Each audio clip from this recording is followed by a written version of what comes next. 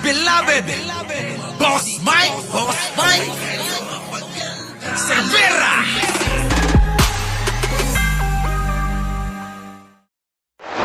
Balik tayo mga kababayan at pag-usapan naman natin ang etong witness ni Marcoleta. Napanood mo ba 'yon, Sangkay? Si Orly Gutesa. Oo, Orly nakita ko yun. Gutesa. So ngayon kasi ito, yung nangyari ngayon dito, 'di ba? Walang abiso 'yun eh. Bigla na siyang kinuha ni Biglang lumabas, lumitaw. Kinuha ni Marcoleta. O magsalita ka diyan. Tapos Basahin mo to.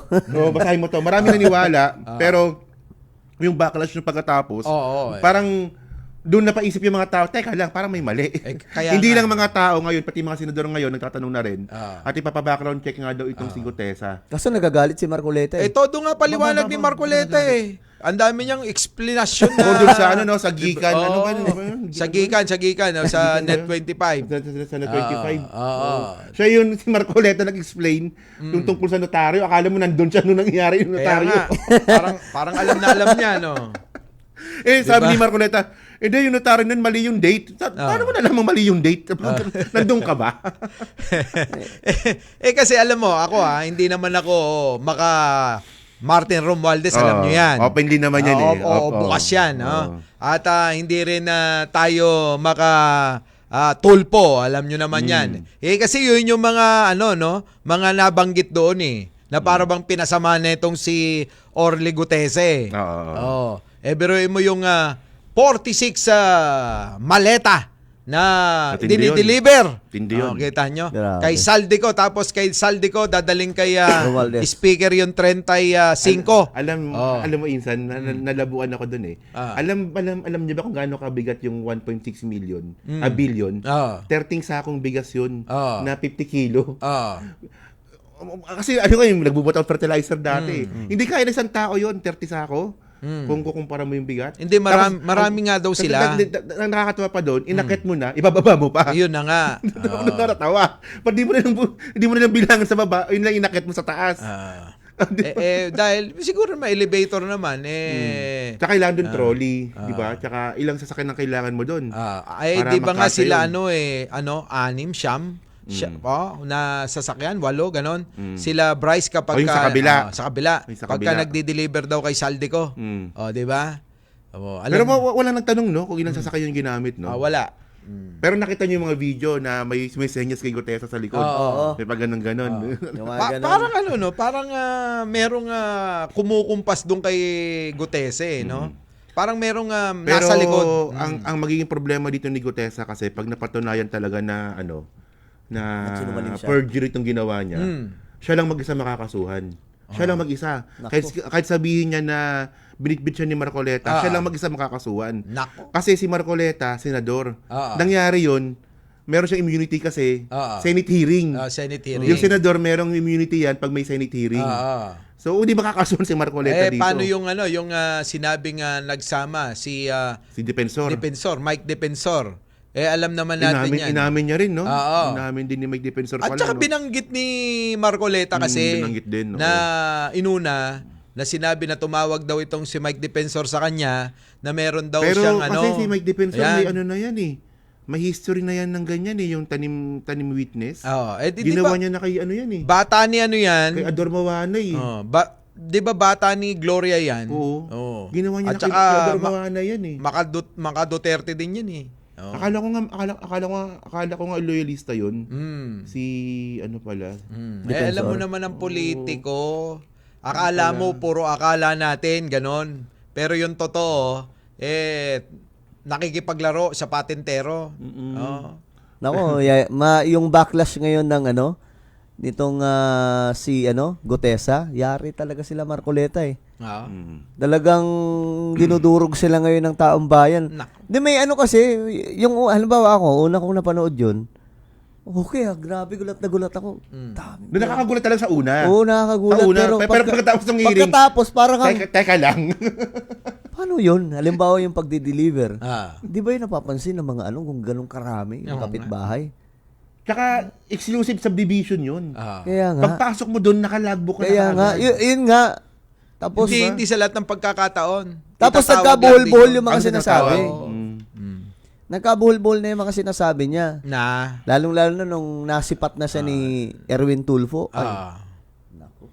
Doon na nagkalat. Ngayon yung drama nila ngayon ng mga DDS, nagtataka ako nag-iba na yung narrative ng mga DDS ngayon. Dinadamay na nila ngayon yung Marines. Ito sila Mark Lopez, sila Ed Alunan. Bakit dinadamay? Kasi Marine daw Kasi Marine daw eh. Marine daw. Si Gutesa. Style nila yan? Yan si Pakis, sino pa ba dito? Si Tiglaw. Ito rin no. Ngayon na ang drama ngayon nag-implicate sila ngayon ng Malis na baka kinidnap kasi nga hindi na nga sumasagot sa mga tawag tsaka text, baka daw kinidnap daw. Baka sila ang gumawa nun. Yung mga nagdala. Kasi nga palpak eh. Pumalpak ka kaya wag ka na magpakita. Parang gano'n. Kaysa masipat. 'Di ba? Kaysa may ikanta. Tumakas ka na. Kaya nga nung pinapanood ko si Gutesa, ay tuwang-tuwa si Insan Mike dito. Di naman. Pero nung natapos, teka lang, parang may mali ata. May mali talaga. May mali ata. Mali. Minsan mali. Ikaw kahit na ayaw mo, pero mali talaga Mali talaga eh. Alam mo naman tayo. Yung tipong pumunta. Kahit ayaw ko pagka mali. Di ba? Tama yun. Yung tipong pumunta na si Marcoleta, basahin mo! Nilapitan, Nilapitan! Basahin mo yan! Paragraph 20. Sabi ko mga kasama ko na nanood, ano nangyari? Wala nang mabasa. Bakit mas alam pa ni Marcoleta yung yung statement? Para mas kabisado pa ni Marcoleta yung... Mali nang binigay mas kompleto yung hawak ni Marcoleta kaysa sa hawak ng witness. Tsaka yung malupit kasi dito, yung simula nung sinabi ni Gutesa, na kaya ako nandito para protektahan yung pamilya ko. Di ba? Yung sabi niya. Tapos nung binibigyan na siya ng WPP, ayaw niya na. Ayaw niya. Siya na daw, siya na daw kasi may baril daw siya. Kaya niya na daw sarili niya. Yung pamilya niya. Akala ba? So, anong intention mo ba't ka pumunta doon? Akala ko ba pumunta ka dyan para protektahan yung pamilya mo? Tingin ko bobo yung nakuha nilang witness. Yun lang yan. Si Bato talaga. Kaya mo yan? Marines ka talaga. Di ba? Parang lahat sila, kulang na lang gawing bayani. Di ba? Kaya ka siya ngayon ng mga DDS. Babayani ng mga DDS yan. Tapos hindi makita. Yun na nga. Alam mo, yung mga DDS, minsan talaga mapupurol subukan mo. Yang sila, mga nasasangkot. Sino? Sila Villanueva, Jinggoy, si Rebilla, Chis Escudero, Binay, sino pa? Yang mga yan. Nasasangkot na yan Subukan nyo na magkaroon ng eleksyon at kumampi kay Sara yan. Sigurado boboto nila lahat yan Ganun kamangmang yung mga yan wala nga sa bayan yung kanilang yung kanilang puso. Nasa isang tao ng politiko lang. Hindi naman talaga sila makabayan kasi kung makabayan sila, kahit pa sinong tao yan, kahit pa kakampi ni VP Sara yan, kung nagnakaw ng pera sa taong bayan, managot! Papanagutin nila yan i-call out nila yan. Yung qualifications nila para sa political nila, basta kaaway mo si BBM tsaka admin, dun sila kakampi. Di ba? Ganun yung... Kapag inaway mo, kahit sa Astin dito subukan mo na awayin ngayon ng admin. Mamaya nandiyan yung mga DDS. Opo, ang galing-galing nyo. Panay napuri sa'yo Subukan mong awayin si Digong. Sabihin mo na hindi naman talaga makakauwi. Niloloko lang nila yung tao. Sasabihin nila, sinungaling ka, hindi ka nagsasabi ng totoo. Tama yun. Tama? Ganyan sila Ganun Ewan ko ba bakit ganun yung At nila. saka yung pinakamalupit kasi dito, di ba kahapon, meron palang invitation sa kanya si Secretary Boying Rimulya. Sino? Si Gutesa. Hindi dumalo. Hindi pumunta. Kasi bago ka pala makapasok sa WPP, kailangan ma-evaluate muna yung statement mo. Baka doon siya mabuking kasi. Natakot. Natakot kaya hindi pumunta. Hindi na nga raw matawagan. Oo nga, nasa na yung witness nyo? Mga Marcoleta, Senator. Ba naman kala ko naman okay. Alam nyo ako aminin ko kung yung inyong witness credible talaga, susuporta ako sa inyo Dahil gusto ko doon ako sa tama. Doon tayo sa totoo, di ba? Kahit pa kayo yung mga DDS, sumusuporta kay Digong, wala sa akin yun. Basta totoo. Hindi man ako pumapabor kay Speaker Martin. nakikita nating mali yung mga diskarte nyo eh. Ano ba yung sasabihin? Kulang na sabihin kung anga-anga talaga eh. Bawal yung Métis. Sayang, pupunto sa sana si Insan. Tontuwa si Insan dito. Mukhang dadali na. Kasi ang inaasahan ko magsasalita si Bernardo eh. Hindi nagsalita eh. Yung pala, meron palang backup na isa. Eto na! Nung narinig na yung pagdadala ng mga pera, wala na. Eto na nga. Tapos bandang gitna, biglang hindi na alam yung paragraph 20 kung ano kasunod, papatay na. Ang nakakatawa doon, yung nilaktawan pa talaga niya kung saan nakalagay yung pangalan ni Martin. Kaya nga, doon yun ang basahin mo. Nagagalit tuloy si Marcoleta. Galit na Ang galit. dami pa nilaktawan yun, pa talaga nilaktawan yung pangalan ni Martin na paragraph. Sabi ni Marcoleta wag mo kasing wag ka nang mag-a-adlib. Basahin mo yung salaysay mo. Wala ka nang gagawin, babasahin mo lang. Ano ba? Galit na galit. Isipin mo, ang dami pa nilaktawan yun pa talaga pinaka-importante nilaktawan mo. Doon ako natawa talaga eh. Ang halakha ko nung narinig ko si Marcoleta. Pero ang nakapagtaka dito, ano na naman yung intention ni Marcoleta? Ba't niya na naman ginawa na naman to? Ewan ko. Siguro. Ano niya na naman dito? Siguro, nagkumpiyansa dahil kay Mike Defensor. Dahil syempre, kakampi. Alangan naman na eto lalaglag ako. Pero minsan, alam nyo, naiisip ko ano kasi ang isip ko, no? Wag magagalit yung mga nakikinig ngayon, ano? Minsan isipin nyo baka naman diskarte naman ni Martin yan. Para guluhin. Para guluhin. Sa palagay mo, di ba? Kasi pwede namang gawin yun Ang bira si Martin pala diba? Papapasukin nyo to. Tapos magkalato. Parang diba? tanga to, papasukin nyo. Masisira na kredibilidad na itong tulad ni Marcoleta. Ang bira. Pero ngayon kasi, speaking of Martin Romualdez, so nagbigay rin siya ng statement. No? So ngayon, abangan din natin kung ano yung magiging action niya kasi kasi sabi ni Congressman Yeda, yung asawa niya, ito daw yung first time niya nakitang magalit si Martin daw ng ganyan. Nako. Total legit ba yung statement na yun? Hindi, mukhang legit. Legit naman yun. Legit yung yung kulay black lang. Legit yun, no? So, mukhang kung talagang wala siyang kinalaman dito, tingnan natin kung anong gagawin niya dito kay Orly Gutesa. Di ba? Kasi ito yung first time na nabanggit siya ng directly direct Parang sabi nga ni ito pilit na pilit, sabi ni Speaker Martin. Pilit na pilit. Talagang pinipilit nyo na idamay ako. Hindi, pero to be fair naman talaga. Kung meron talagang malakas na ebidensya na sangkot si Martin dito, talagang babatikusin natin talaga yan. Siyempre. Oo. Wala pa Teka. Yan yung hinihintay ko kung meron talagang matibay na ebidensya. What if? At matibay na testigo What if nga? What if? Kung si Saldico ay ikanta, si Speaker. Ayun, maraming alam yun. Nako, Maraming alam yun. Kasi maraming alam yun. Ito yung sinasabi kasi ng mga critic din ni Saldico at ni Martin na hindi daw kikilos tong si Saldico nang walang basbas si Martin. Nako, eto napag-uusapan so, posible yun. Pero syempre, kailangan pa rin talaga natin ng ebidensya talaga na totoo yun. Teka, napag-uusapan natin itong si Martin at si Saldico, no? Itong naratibo ngayon ng mga DDS, ang pinagkakalat na may chismis daw na sinabi daw ni Presidente na may instruction sa ICI na hanggang kay Saldico lang daw yung investigasyon, hindi na pwedeng umangat kay Martin Romualdez. So, fake news daw yun. Fake news. Sinong sir sila doon? Ayun na nga. Magaling nga silang gumawa ng mga kwento-kwento, di ba? Diyan sila sanay. Magagaling talaga yung mga DDS sa ganyan. Alam mo, Insan tsaka Sangkay, no? Yung ganyang klaseng fake news. Ako di ko kaya yun Kung nagbalita ako tapos na fake newsan ako, parang naiya ako sa sarili ko. Teka, parang mali ata.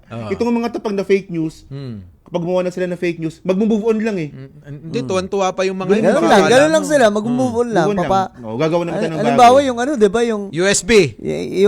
Yung papel. Pulburon video. Yung kasama yan. Pero yung latest, yung ni-reverse nila yung video, ni Alcantara Yung sa inabot. papel. Oo. Sabi nila, kita nyo. Kita nyo. Kita nyo, grabe, no? Oo.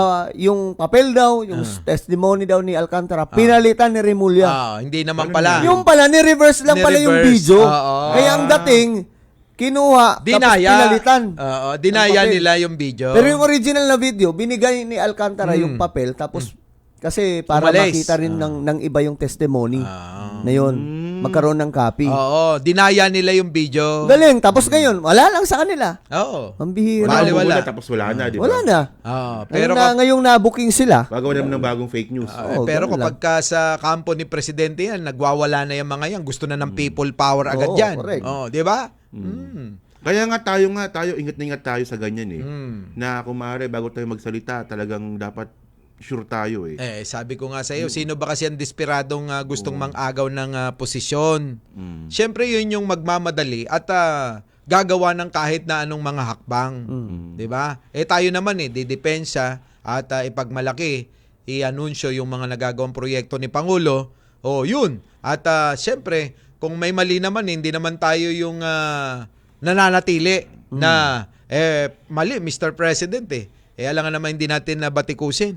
Hindi naman tayo ganun. Speaking of of presidente, kung babalikan natin yung statement ni Gutesa, nilalapit niya na sa presidente yung statement eh. Di ba merong parte doon na nakapag-deliver na nga kami sa Malacanang eh. Yan na. Di ba? Papunta na doon Papunta na sa presidente yung yung bintang nila eh. Yung ano bang lugar yun? Yung sinasabi Malacanang niya. village ata yun. Malacanang village. Na meron daw bahay doon malapit si Martin. Yun. So syempre, pwede mong sabihin, ay malapit sa Malacanang yun. Baka pwedeng i-deliver ni Martin sa presidente. Siya Baka naman ang pwedeng magbibigay. Oo. Wala, dumaplis lang eh. Wala nga Pero ngayon, di ba, inaano na? Wala nga tira Pinapacheck na yan ni Lacson. Ni Senator Ping Lacson. Pero wala talagang tira yung si Orly Gutesa na yun. Oo. Parang ang tangay. Sa totoo lang napaka, ano ba yan, Marcoleta? Ang believe ko sa'yo, idol ko yan dati. Oo. Mahusay ka eh. Kahit din ako. Tapos pumatol ka sa ganyang witness. Ano ba naman yan? Diyos ko. Oo. Dapat kumuha sila ng mga kagaya ni Takero eh. Yung Diba? mga marunong sumagot. Yung marunong sumagot. Tsaka hindi lalaktawan yung isang paragraph doon. Nasakto pa nandun yung pangalan ni Martin. Pero mo, babasa na lang, ano? Tsaka dapat merong isang paragraph doon, puro Martin ang pangalan. Ganon. Diba? Dapat ginandahan pa nila at isang araw si Martin ay nasa kwarto. Saka maraming question Ginatok doon. ko, may dala akong isang sakong pera. At saka may question pa dito, no? Kasi mayroong legit talaga na nagdala ng pera kay Saldico. Yung mga driver ni Bryce. So, parang ano ba? Kung lagi, dinugtungan lang, ano? o kung lagi kayo nagdadala ng pera, hindi ba kayo nagkatagpo? Para sa nagdala ng pera. Hindi siya kilala eh. Hindi siya kilala ng nung mga totoong nagdala ng pera. Yun yung mga Diba? bagman talaga. Kasi for example yung mga bagman na yan, nag-collaborate dun sa kwento ni Bryce eh. Yung kwento ni Gutesa, walang collaboration eh. Kwento niya lang mag-isa eh. Wala man lang sumusuport ng CCTV o kahit man lang group chat na message. Diba? Sabi niya may message daw. Wala eh. Pero naniniwala ba kayo sa kwento nila Bryce Hernandez sa si Alcantara? Nagko-collaborate yung kwento eh. Kasi ako Pero, nung una, obvious naman talaga na meron pa silang hindi sinasabi. may reservation pa. Meron Ako pa. naniniwala ako, pero meron pa talaga Meron mas pa. malalim. Pero ang sabi, nasa ICI daw yung mas malalim na information. Di ba merong binanggit si Attorney Fortun na marami pang mga senador. Malalim daw talaga. Malalim sa ICI. Oo. Ang kinagandahan lang doon, hindi nila nilalabas. Ayaw. Walang live. Kasi Sobrang ano daw ng mga information na inilalabas. grabe, no? Walang media nga eh. Walang Medyo media. delikado daw talaga. Medyo delikado. Kaya nga, kung ano nila yun, very dangerous kapag inilabas sila. Maaaring manganib yung buhay ng mga yan eh. Kasi matatarget sila. So, ang mangyayari dyan, magugulat na lang tayo. May mga May bigla na. nang huhulihin. Sana May bigla ganun. nang, may nakasuhan na. Okay Sana rin ganun. Nakatago lang yung Kaya information. ang problema, baka mamaya isipin ng ibang mga kababayan natin dahil tinatago, baka may poprotektahan. Diba? O kaya kailangan maging ano rin ng gobyerno, maingat sa ganyang pagkakataon na maaaring isipin May ng taong umihiling na nga bayan. na na gawing public na yung mga hearing ng ICI eh. Pero para sa akin, para mas okay ng ganyan na lang eh. Tingin ko mas okay na nakatago eh. Na nakatago. Kasi delikado buhay nila dyan. Hindi na mga halimaw yung kalaban nila dyan eh. Grabe, no? Matindi. Eh di ba nga may mga nauuso yung mga Makapangyarihan, tapos may mga pera pa yung mga yan. Diba? ano lang naman yung mga nagigisa doon. Eto nga. Hindi naman mga malalaking tao yun. O Mga makakapangyarihan pagdating sa natin, hudikatura, pero hindi sila yung katulad sa mga congressman, may private army. Eto nga yan eh. Biruin mo, ninakaw niya sa kaban ng bayan. Tapos gagamitin niya rin. Lalaban din sa gobyerno kapag ka nagkasuhan. Saan ka nakakita ng gano'n? Kaya nga eh. Parang ganito lang yan. Insan, halimbawa, inutangan kita ng 1 milyon. Pangako ko, next month, babayaran kita. Abay, 3 buwan na, hindi pa rin ako nagbabayad sa'yo. Nung sinisingil mo na ako, awayin na kita. Kakasuhan mo pa ako gamit yung perang pinutang ko. Kakasuhan pa kita. Pinost mo ko. Kakasuhan kita. Sasabihin ko, pinahiya ho ako nito eh. Magbabayad naman ako ng utang para kaya lang hindi pa ngayon, may kaso ka pa. Gamit yung pera mo. Ang pangkakaso ko sa'yo, parang ganun eh. Ganun yung mga ginagawa nitong mga ito. Matitindi. Nakakakilabot itong Pero matindi talaga to. Kasi, discovery ng Ito yung pinakamalaking kurako talaga sa tingin ko sa history na ng Matagal Pilipinas na kasi to. Matagal nang Pero ito talaga kasi billion talaga yung matagal nang nangyayari. trillion ang pinag-usapan natin dito. Parang nandyan na nga lahat yung utang natin, Kaya nga. Ngayon lang talaga naungkat. Ngayon lang may Isipin nag-ungkat mo, pala. Di ba? 300 million, 600 million? Di ba? May 10 million nga lang ako, baka okay na ako sa buhay ko siguro. Sila talaga, hindi talaga sila nabusog eh. Parang kulang yung 10 million. Hindi pa, mga 50 million Hindi ko siguro. maramdaman eh. Yung mga... Kaya dapat may makulong talaga. Mga 20. Okay na ba kayo? Solve na kayo sa mga 20 na personalidad na makukulong? kulang. 20 senador, okay na yun. Hindi, 20 senador. 20 senador. Ay, ang dami naman. Tapos senador, parang inubos na sila eh. No? mga 20 ang sobra sa 200 na congressman. Kaya ganyan, 220. Mga ganon, siguro tatanda na o matatakot na yung iba. At baka wala nang tumakbong politiko kapag ganyan ang mangyayari. Sa palagay mo. Ganyan kahigpit, no? Oo. Ganyan ang kahigpit. Pambira. Wala nang tatakbong mga politiko na magpapatayan dyan. Baka mamaya, ikaw na manalo. Diba? Ito Sa'yo na lang yan. Sa'yo na yung pwesto. Mamaya makulong pa ako dyan. Diba? Parang gusto ko talaga ma-visualize na si Kiss nakakulong eh. Parang mini-visualize ko Paano na si, Si Hart. Andiyan naman si Chris Ulo, pwede naman. Talaga. Hindi na nga dumalo sa kanyang event sa may Paris, sa Europa. Kasi nga daw dahil siya nangyayari. Baka wala na pamasahe. Hindi, paano ba naman walang pamasahe, kwintas pa lang 300 million na mahigit ang halaga. Yung kwintas ng aso. Di ba? Magkano yung kwintas ng aso niya ni Hart? 10 million ba? 10 million ata? Grabe, di 1 ba? million Aso ata. pa lang yun Kwintas ng aso So, ni Hart. hindi ba sila nahihiya sa mga kababayan natin na ngayong oras na to, hindi alam at aligaga kung saan kukuha ng kanilang panghahapunan? Hanggang ngayon nakalubog pa rin sa baha. At nakalubog pa rin ang mga paa sa baha. Ang mga bahay nakababad sa baha. At walang makuhang makakain. Kita mo? Itong mga ito, ano ang nasa mesa nila? Di ba? Hindi ba sila nahihiya niyan? Nako, ewan ko na lang. So, magbabalik tayo. Mamaya. At talakayin natin yung ano ba yung susunod natin? Takero, mamaya? Mistress ata to o kay PBBM. Depende. Pag-usapan muna natin sa break. Yun. So, break po muna at magbabalik ang The Big B. Kasama po si Takero Alright. tsaka si Sangkay John. Our beloved Boss